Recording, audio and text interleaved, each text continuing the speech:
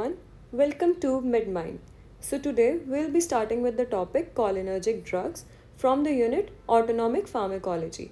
This video has been covered from KDT as well as Shanbag, so you don't need to worry about reading the books, just go through the video once and you're good to go. Now let's get started. What are cholinergic neurons? Cholinergic neurons are those neurons which secrete acetylcholine as the neurotransmitter. Now, where are these present? These are present at the preganglionic fibers of parasympathetic as well as sympathetic, as well as postganglionic fibers of parasympathetic, and some of the postganglionic fibers of sympathetic, that like sweat glands. Adrenal medulla is supplied by one long cholinergic neuron and skeletal muscles are also supplied by acetylcholine. मतलब parasympathetic के pre ganglionic में भी होंगे, post ganglionic में भी होंगे, sympathetic के सिर्फ प्री गैंग्लियोनिक में होंगे एक्सेप्ट फॉर वन और two like sweat glands and adrenal medulla. They are supplied entirely by acetylcholine. Skeletal muscles are also supplied by acetylcholine. Now coming to the transmission. What happens is choline enters the cholinergic neuron via sodium choline co-transporter. Sodium और Colin दोनों cholinergic neuron में enter करते हैं. This choline actively binds with acetyl coenzyme A in the presence of choline acetyl transferase enzyme to form acetylcholine. This acetylcholine enters the vesicle via vesicle associated transporter and this is actively done. Now vesicles are formed with acetylcholine filled inside them. These vesicles when bind to the membrane, lysis हो जाएगी membrane की, and this acetylcholine gets released in the synaptic cleft. It binds to the nicotinic and muscarinic receptors on the postganglionic membrane, which we'll talk about later on. The leftover acetylcholine is hydrolyzed by acetylcholine esterase to form acetate and choline. This choline is again taken up by the cholinergic neuron. Now talking about the blockers, these are given in KDT, not in Shanbag. Hemicolinium blocks sodium choline co-transporter. Vesamicol blocks vesicle associated transporter. Botulinum toxin inhibits the release of acetylcholine. And anticholine esterases work against acetylcholine esterase. Now next we'll talk about the choline esterases. We have two types of choline esterases, true and pseudo. True choline esterases are acetylcholine esterase. Pseudo are butyrylcholine esterase. Where are they present? True are present on all cholinergic sites, RBCs and grey matters, whereas pseudo are present on plasma, liver, intestine and white matter. What is the function of true? They terminate the acetylcholine action. Of course, they're true acetylcholine esterases, so they'll terminate the acetylcholine action. Whereas pseudo, they hydrolyze the ingested esters. Now they are true, so they rapidly hydrolyze acetylcholine as well as methacholine. They are pseudo, so they slowly hydrolyze acetylcholine and will not hydrolyze methacholine at all. Now next we'll discuss about the cholineceptors or cholinergic receptors. We have two types of cholinergic receptors, that is muscarinic and nicotinic. Muscarinic receptors are G protein coupled receptors, whereas nicotinic are ligand gated ion channels. In case you don't know about G protein coupled receptors, let's take a look at it. What happens here is, this is G protein.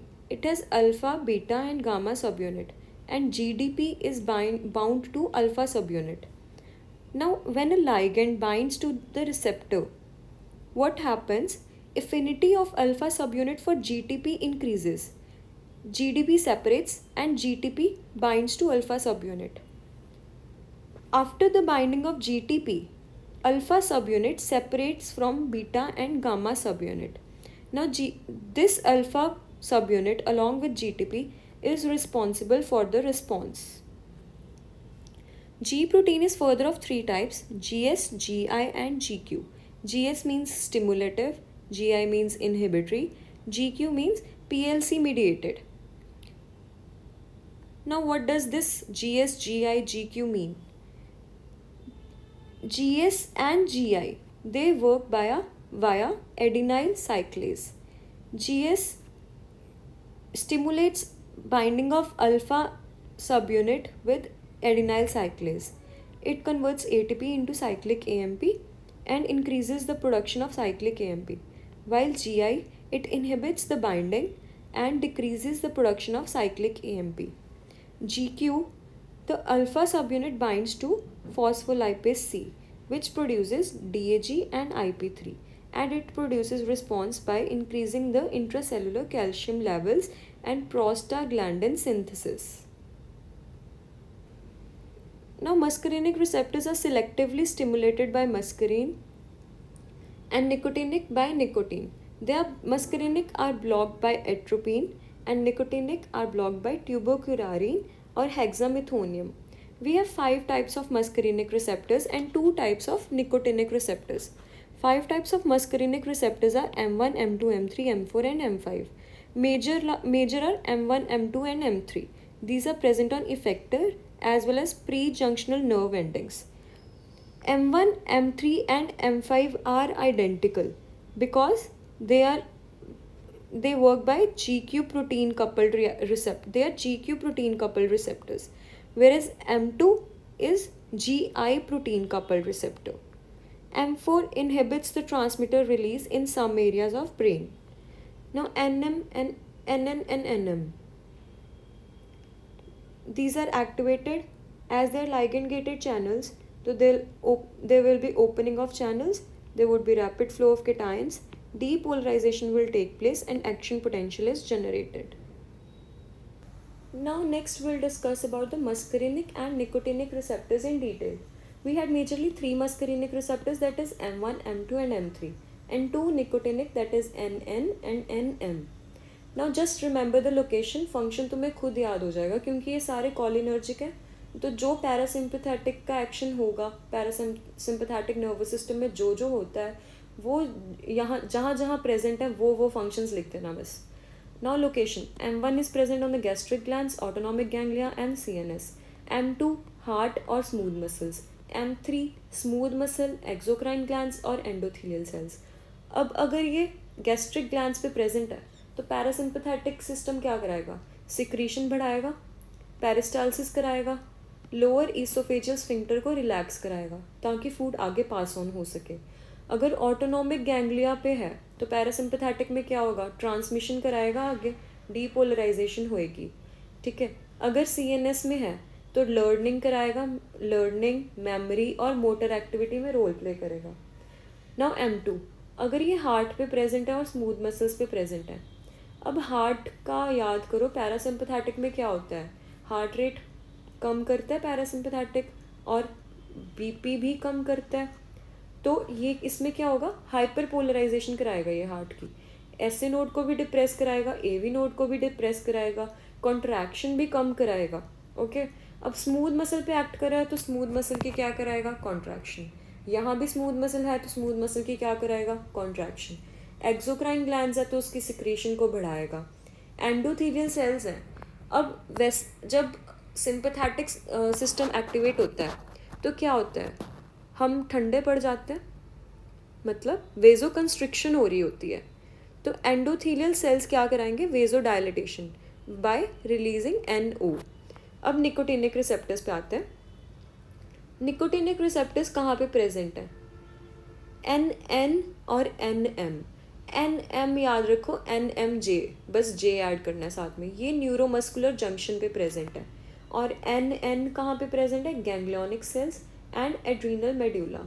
अगर ये neuromuscular junction पे present है तो ये क्या कराएगा? Skeletal muscle की contraction कराएगा. अगर ये गैंग्लियोनिक सेल्स और एड्रीनल मेड्यूला पे प्रेजेंट है तो क्या कराएगा? गैंग्लियोनिक सेल्स पे है तो ट्रांसमिशन कराएगा, एड्रीनल मेड्यूला पे है तो कैटेकोलामीन्स का रिलीज कराएगा. सिंपल. अब नेचर, मस्करिनिक रिसेप्टर्स. अब क्यों हम पहले पढ़ चुके हैं M1 और M3 are mediated by G protein coupled receptors. These both are G protein coupled receptors, while M2 is GI protein coupled receptor. Okay. Now the mechanism. GQ का हमने अभी देखा था, क्या था? Phospholipase C. वो क्या कराता था? IP3 और DAG में कन्वर्ट कराता था, जो कि साइटोसोलिक कैल्शियम के लेवल्स को बढ़ाते थे और प्रोस्टाग्लैंडिन सिंथेसिस कराते थे. GI क्या कराता था, साइक्लिक AMP की को कम कर देता था, साइक्लिक AMP कम बनता था तो फिर ठीक है. Now what happens in NN, sodium potassium, क्योंकि ये लाइगेंड गेटेड आयन चैनल्स हैं दोनों ही, तो इसमें क्या होता है, सोडियम पोटेशियम के चैनल्स तो दोनों में ओपन करेगा और कैल्शियम चैनल्स ओपन होते हैं NN में. Now agonist for muscarinic and nicotinic receptors, ये इतना शानबाग में तो नहीं दिया था एगोनिस्ट और एंटागोनिस्ट, बट KDT में ये गिवन है, तो just go through it once. Agonist में M1 के लिए MCN343A एंड ऑक्सोट्रिमोरिन, M2 में मिथेकोलिन, M3 में बीथेनकोल, ये याद कर लेना, मिथेकोलिन और बीथेनकोल. NN में DMPA और निकोटीन, NM में PTMA और निकोटीन, ठीक है. Now antagonist, for M1 we have pirenzepine, telenzepine, M2 methoctramine, tripitramine, for M3 solifenacin and derifenacin, NN hexamethonium trimethophan, NM tubocurarine, ये याद कर लेना बस, tubocurarine. Now M1 is neuronal receptor, क्यों, क्योंकि हमने बोला कि CNS is majorly via M1, तो it is a neuronal receptor. M2 और अब M1 क्या करा रहा था, रिलैक्सेशन करा रहा था लोअर इसोफेजियल स्फिंक्टर की. M2 और M3 ये मिलके कॉन्ट्रैक्शन कराते हैं लोअर इसोफेजियल स्फिंक्टर की. Now next will discuss about the cholinergic agents और ड्रग्स. अब हमने देख लिया कि कोलिनर्जिक न्यूरॉन्स क्या होते हैं, वो क्या सिक्रीट करते हैं, कहाँ वो प्रेजेंट है, उनकी ट्रांसमिशन कैसे होती है, उनके रिसेप्टर्स कौन से हैं, उनके रिसेप्टर्स वर्क कैसे करते हैं. अब हम देखेंगे कि ऐसे कौन से एजेंट्स हैं या कौन सी ड्रग्स हैं जो उनकी तरह एक्ट करती हैं.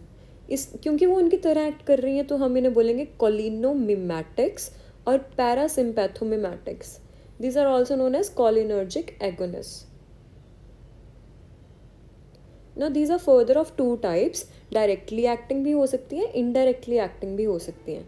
जो डायरेक्टली एक्टिंग होंगी वो एसिटाइलकोलिन के सिमिलर एक्शंस प्रोड्यूस करेंगी. कैसे, डायरेक्टली एसिटाइलकोलिन रिसेप्टर्स के साथ इंटरैक्ट करके. और जो इनडायरेक्टली एक्टिंग होंगी वो एसिटाइलकोलिन की अवेलेबिलिटी को इंक्रीज़ करेंगी उनकी साइड्स पे, मतलब वो कोलिन एस्टरेजेस के अगेंस्ट काम करेंगी, एंटी कोलिन एस्टरेजेस.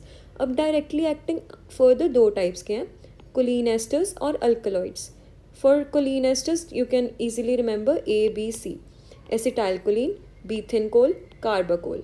अल्कलॉइड्स में पाइलोकार्पिन और मस्करीन. अब इनडायरेक्टली एक्टिंग फर्दर दो तरह का है, रिवर्सिबल और इरिवर्सिबल. रिवर्सिबल में क्या आ जाएंगे, कार्बामेट्स और एंड अदर्स. कार्बामेट्स में हमारे पास है फाइजोस्टिग्मीन, नियोस्टिग्मीन, पायरिडोस्टिग्मीन, रीवास्टिग्मीन. अदर्स में एड्रोफोनियम, डोनेपिजिल, गैलेंटामीन एंड टैक्रीन. इरिवर्सिबल फर्दर दो तरह का है, ऑर्गेनोफॉस्फेट्स एंड कार्बामेट्स. ऑर्गेनोफॉस्फेट में हमारे पास आ जाएगा parathion, malathion, sarin, soman, these are the nerve gases. Dyflos, echothiophate. Carbamates में प्रोपोक्सर, कार्बरिल. अब हम बात करेंगे कोलिन एस्टर्स की, दैट इज एसिटाइलकोलिन, बीथेनकोल और कार्बाकोल की.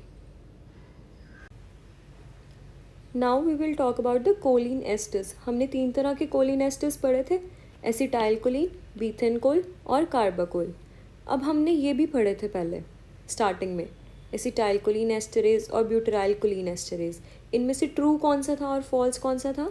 ट्रू वॉज एसिटाइलकोलिन एस्टरेज और स्यूडो वॉज ब्यूटराइलकोलिन एस्टरेज. हमने ये भी पढ़ा था कि एसिटाइलकोलिन को दोनों हाइड्रोलाइज करते हैं, लेकिन एसिटाइलकोलिन एस्टरेज इसको रैपिडली हाइड्रोलाइज करता है और ये स्यूडो वाला इसको स्लो हाइड्रोलाइसिस करता है.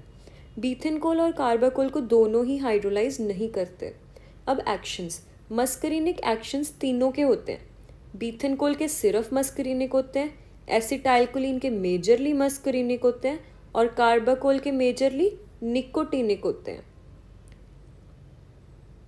अब एट्रोपिन डालेंगे तो क्या होगा, एट्रोपिन वॉज मस्करिनिक एंटेगोनिस्ट. तो मतलब जो भी मस्करिनिक जिसके जिसके भी मस्करिनिक एक्शंस हैं ये उनको ब्लॉक कर देगा। एसिटाइलकोलिन के क्योंकि मेजरली मस्करिनिक एक्शंस थे तो ये भी कम्प्लीटली ब्लॉक हो जाएगा। बीथेनकोल के तो सिर्फ ही मस्करिनिक एक्शंस थे तो ये भी कम्प्लीटली ब्लॉक हो जाएगा। कार्बाकोल के तो मेजरली निकोटिनिक है ना, तो this would not be completely blocked.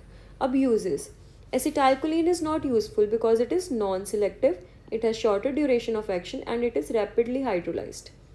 Bethencoal is more selective for bladder and GIT. अब क्योंकि ये ब्लैडर और GIT के लिए ज़्यादा सिलेक्टिव है तो remember it is used for post operative urinary retention and in the cases of paralytic ileus. It is used in the case of post operative urinary retention and paralytic ileus. Carbachol is used in glaucoma. ना next muscarinic actions, ये सब same है जो हमने पहले उनके receptors का काम देखा था वो सब सेम है. बस आपको क्या चीज़ लिखनी है एग्ज़ाम में कि हार्ट पे क्या होगा, ब्लड वेसल्स पे क्या होगा, स्मूथ मसल पे क्या होगा, एक्सोक्राइन ग्लैंड्स पे क्या होगा, आई पे क्या होगा. अब हार्ट पे कौन से रिसेप्टर्स काम करते थे, M2, ब्लड वेसल्स पे M3, एंडोथीलियल सेल्स हुए ना तो M3, स्मूथ मसल पे मेजरली M3, एक्सोक्राइन पे भी M3. ओके अब हार्ट पे क्योंकि M2 एक्ट कर रहे हैं, अब एसिटाइलकोलिन अगर यहाँ पे रिलीज़ होगा तो हार्ट रेट भी कम होगी, फोर्स ऑफ कंट्रैक्शन भी कम होगी, कंडक्शन भी कम होगी. अगर ब्लड वेसल्स पे ये रिलीज़ होगा तो हमने पढ़ा था वेजोडाइलेटेशन होगी, तो वेजोडाइलेटेशन होगी तो बीपी भी कम होगा. अगर स्मूथ मसल्स पे एक्ट करेगा तो अगर तो ये GIT के स्मूथ मसल्स पे एक्ट कर रहा है तो टोन बढ़ाएगा, पेरिस्टाल्टिक मूवमेंट्स बढ़ाएगा, GI सिक्रीशंस को बढ़ाएगा और स्फिंक्टर को रिलैक्स करेगा, मतलब इट कैन कॉज डेफिकेशन.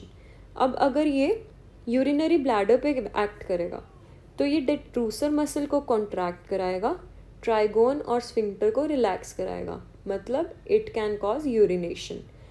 अब अगर ये ब्रोंक्यूल्स मतलब लंग्स वगैरह पे एक्ट करेगा, रेस्पिरेटरी सिस्टम पे एक्ट करेगा तो क्या होगा. ब्रोंक्यूल्स में क्या होते हैं, स्मूथ मसल्स, और स्मूथ मसल की क्या कराता है ये, कॉन्ट्रैक्शन. तो ब्रोंकियल स्मूथ मसल्स की कॉन्ट्रैक्शन कराएगा और ट्रेकियो ब्रोंकियल सिक्रीशंस को बढ़ाएगा. अब क्योंकि ये कॉन्ट्रैक्शन करा रहा है और सिक्रीशन को बढ़ा रहा है तो अस्थमा में it is contraindicated in asthmatics. अब एक्सोक्राइन ग्लैंड्स पे ये क्या कराएगा, सिक्रीशंस को बढ़ाएगा.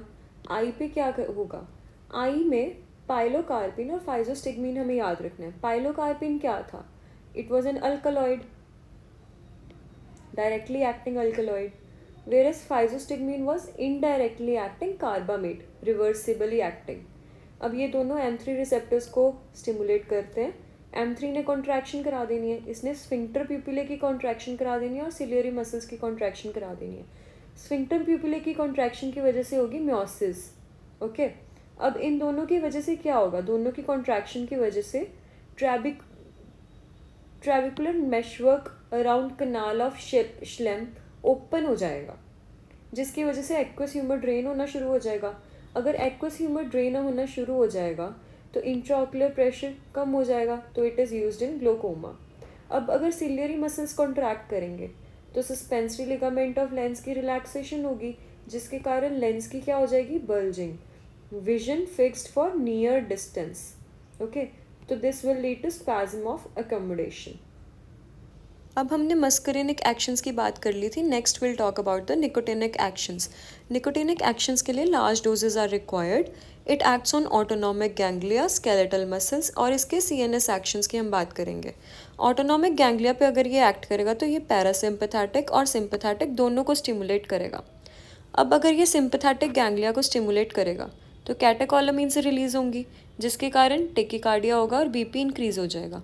अब क्योंकि इसकी लार्ज डोजेस चाहिए तो कैटेकोलामीन्स भी ज़्यादा रिलीज़ होंगी और ये इफ़ेक्ट भी ज़्यादा प्रोनाउंस्ड होगा, इसलिए prior administration of atropine is required. Why, because atropine is muscarinic antagonist. Skeletal muscles की क्या कराएगा ये, कॉन्ट्रैक्शन. अब अगर हम इंट्रा आर्टीरियल इंजेक्शन देते हैं तो ट्विचिंग और फेसिकुलेशंस हो जाएंगी, लेकिन अगर हम इंट्रावीनस इंजेक्शन देते हैं तो कोई इफेक्ट नहीं आएगा because of rapid hydrolysis of acetylcholine. CNS actions की अगर हम बात करें अगर हम इंट्रावीनस इंजेक्शन देते हैं तो कोई सेंट्रल इफेक्ट्स नहीं होते क्योंकि ये ब्लड ब्रेन बैरियर को क्रॉस नहीं करता. Now coming to the interactions. Atropine क्या है? Competitive muscarinic antagonist. एड्रीनलिन क्या है? Physiological antagonist. Bethencoal. Now, what was Bethencoal first of all? It was directly acting choline ester. इसकी इंडिकेशन क्या है? Because it was highly specific for bladder and GIT, it's used in post-operative, postpartum, non-obstructive urinary retention or neurogenic bladder to promote urination. Side effects इसके क्या हो सकते हैं? Belching, colic, involuntary urination or defecation, flushing, sweating, fall in BP, bronchospasm. Root क्या है इसका? Oral. Next we will talk about the cholinomimetic alkaloids. इसमें हमने दो पढ़े थे, पाइलोकार्पिन और muscarine. First we will talk about pilocarpine. हम वैसे पहले पाइलोकार्पिन पढ़ चुके हैं इन ट्रीटमेंट ऑफ ग्लोकोमा.